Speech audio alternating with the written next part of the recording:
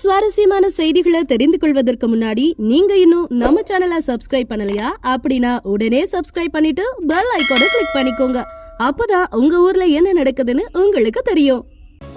ஓமலூர் அருகே இளைஞர் ஓட்டிச் சென்ற இருசக்கர வாகனம் நிலை தடுமாறி வீட்டிற்குள் புகுந்த பதப்பதைக்க வைக்கும் சிசிடிவி காட்சி வெளியாகியுள்ளது. சேலம் மாவட்டம் ஓமலூர் அருகே பள்ளிவீரன்காடு பகுதியில் நேற்று ஒரு இளைஞர் மாலை 6 மணி அளவில் இருசக்கர வாகனத்தில் சென்று கொண்டிருந்தார். அப்போது இளைஞர் சென்ற இருசக்கர வாகனம் பள்ளிவீரன்காட்டில் உள்ள ஒரு வளைவில் செல்லும் பொழுது நிலை தடுமாறி ஒரு வீட்டிற்குள் புகுந்தது.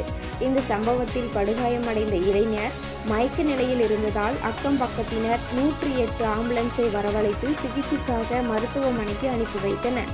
இதையடுத்து மருத்துவமனையில் அந்த இளைஞருக்கு சிகிச்சை அளிக்கப்பட்டு வருகிறது.